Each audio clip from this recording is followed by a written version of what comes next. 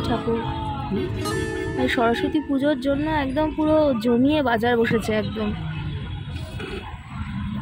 কত সরস্বতী ঠাকুর, দশকর্মার বাজার সমস্ত কিছু বসে গেছে। দমদম মানেই হচ্ছে একটা জমজমার জায়গা। এই যে কি সুন্দর সুন্দর সরস্বতী ঠাকুর দেখো, দিকে একদম পুরো।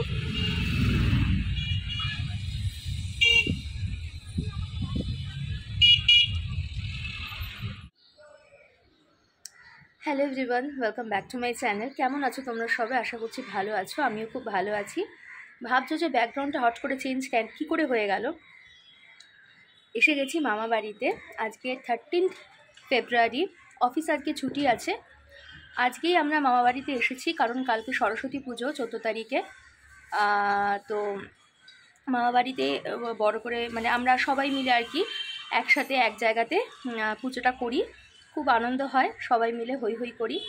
তো প্রতিবারের মতন এবারেও সরস্বতী পুজোর আগের দিনকে এখানে এসেছি আমি আর মা। তবে আজকে অনেকটাই লেট হয়ে গেছে, তাই বাড়ি থেকে আর ব্লগ স্টার্ট করা হয়নি, যেহেতু ছুটির দিন ছিল। ঘুম থেকে উঠতেও অনেকটা দেরি হয়ে গেছে, তারপরে খুব তাড়াতাড়ি করে রেডি হয়ে চলে এসেছি। এখন বাজে দুপুর একটা অলরেডি বেজে গেছে। তাই ভাবলাম যে মামাবাড়ি থেকেই আজকে ব্লগটা শুরু করি, তাই তোমাদের সাথে আজকে শেয়ার করলাম। আর রাস্তা দিয়ে আস্তে আস্তে দেখলে তোমরা কীরকম সুন্দরভাবে এই দমদম সাইডে সরস্বতী পুজোর বাজার বসেছে, প্রচুর সরস্বতী ঠাকুর। এইগুলোই ভীষণ ভালো লাগে, মানে ভীষণ নস্টালজিক লাগে। এখন আর তো সেইভাবে কোনো কিছুরই আর উত্তেজনা নেই মানুষের মনের ভেতরে, কিন্তু তাও এগুলো দেখলে পরে সেই ছোটোবেলার কথাগুলো খুব মনে পড়ে যায়।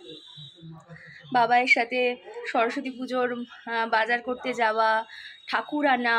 আমাদের বাড়িতে বিশাল বড় করে সরস্বতী পুজো হতো। এখন যেটা এখন আর ওখানে হয় না, এখন মামা বাড়িতে হয়। তো আমরা সবাই মিলে মামা বাড়িতেই আসি এবং মামা বাড়িতেই সবাই একসাথে দুটো দিন হই হই করে কাটাই।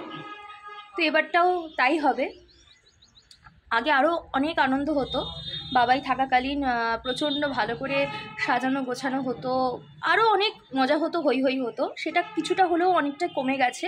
তবুও এই দিনগুলোতে একসাথে থাকারই সবাই মিলে চেষ্টা করি। তো আশা করছি আজকের ব্লগটা তোমাদের ভালো লাগবে, হোপফুলি।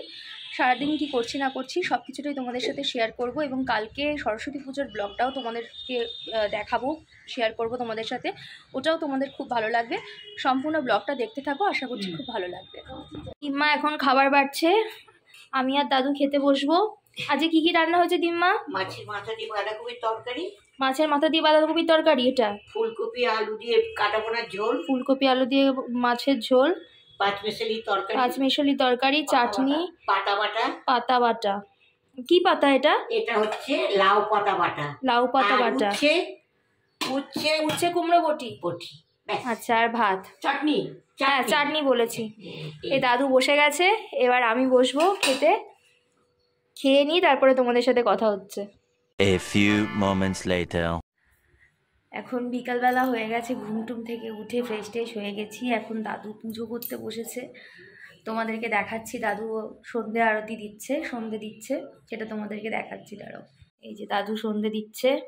এখানে মা সরস্বতীকে এনে রাখা হয়েছে, কালকে যে মায়ের পুজো হবে। আর এটা হচ্ছে আগের বছরের মা, যিনি এবছর নিরঞ্জন হবেন।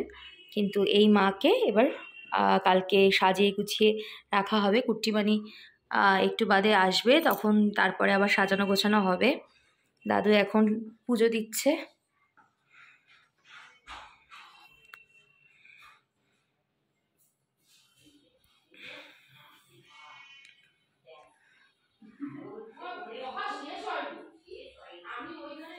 আর এইটা হচ্ছে রথ। এই রথটা আগে আমাদের এখান থেকে রথের দিনকে বেরোতো, এখন সাজিয়ে গুছিয়ে রাখা হয়। বাবাই থাকাকালীন এই রথটাকে বার করা হতো এবং আমরা রথের দিন ভীষণ ভালো করে আর কি রথ সাজিয়ে টাজিয়ে বেরোতাম, খুব ভালো লাগতো। দেখো দিম্মাদের এখানে বারান্দা থেকে দেখো সরস্বতী পুজোর জন্য কি সুন্দর সাজিয়েছে, কি দারুণ সাজিয়েছে দেখো। পুরো পাড়াটা পুরো সাজিয়েছে, কালকে তো আরও ভালো লাগবে। এখানে সরস্বতী পুজোর বেশ ভালো একটা হিড়িক আছে, খুব ভাল লাগে।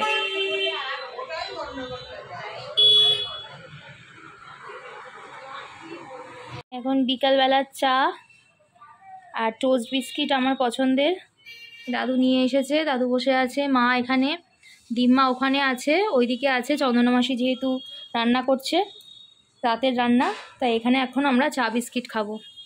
চল বাবু খাও। এ দেখো আমার এই আরেকটা ভাই, হাই বলো, তোমার নামটা বলো। ইনি বানিয়েছেন সম্রাট চক্রবর্তী, মানে ওরফে গণেশ, আমরা ডাকি গণেশ ভাই বলে।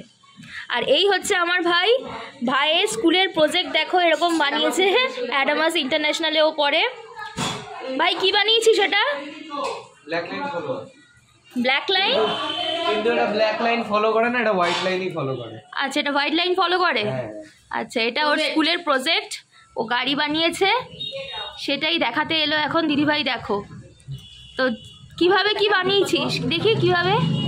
এটা একটা ব্যাটারি আছে, এটা এখানে কানেক্ট করা আছে। হ্যাঁ, এইখানে এগুলো রেজিস্টার আছে, এগুলো রেজিস্ট্যান্স দেয়। আচ্ছা, এই ভোল্টটা মানে এইটা সহ্য করতে পারবে না, এতটা ভোল্ট সহ্য করতে, এটা রেজিস্ট করে আচ্ছা, কারেন্টটাকে কমিয়ে তারপর এখানে নেয়। আচ্ছা, আর এগুলো এই মোটরগুলোকে কানেক্ট করেছে।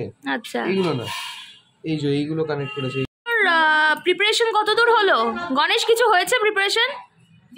Zero preparation? হাই কপাল। এখন কি কি কি লাগানো হবে? কিছুই জানো না? লাইট ফাইট তো কিছুই লাগেনি। এবার তো লাগতে হবে। সরস্বতী পুজোর প্রিপারেশনটা শুরু করো। আর এ তো এখানে এইটা নিয়েই পড়েছে। এখানে সন্ধেবেলার সান্ধ্যকালীন জলখাবারের অ্যারেঞ্জমেন্ট হয়েছে। চন্দনা মাসি করে দিল চাউমিন, ডিম্মা এবার সবাইকে বেড়ে বেড়ে দিচ্ছে। এটা মনে হয় এই চন্দনা মাসি এখন এই চাউমিন বানিয়ে দিয়েছে। রাতের এবার ডিনারের অ্যারেঞ্জমেন্ট হচ্ছে, আর ডিম্মা সবাইকে বেড়ে বেড়ে দিচ্ছে। তারপরে আবার কুট্টি পানি গরম গরম সিঙ্গারাও নিয়ে এসেছে, সেটাও সবাইকে সার্ভ করে দিচ্ছে মা। অন্ধকারে কি করছিস? লাইট জ্বালা।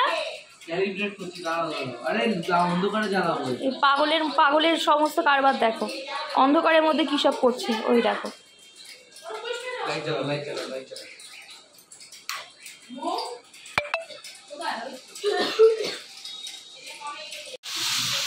ঠিক আছে, হ্যাঁ হ্যাঁ হ্যাঁ, দেখিনি এটা গণেশের। গণেশ নে। ধন্যবাদ। বাপরে বাপ, ছেলেগুলো বড় হয়ে গেল।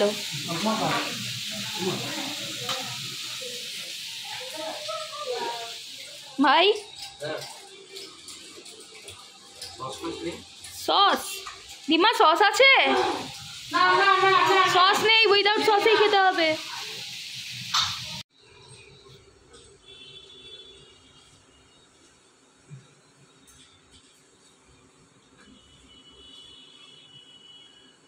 তো তোমরা দেখলেই যে এখনো পর্যন্ত গোছগাছ চলছে।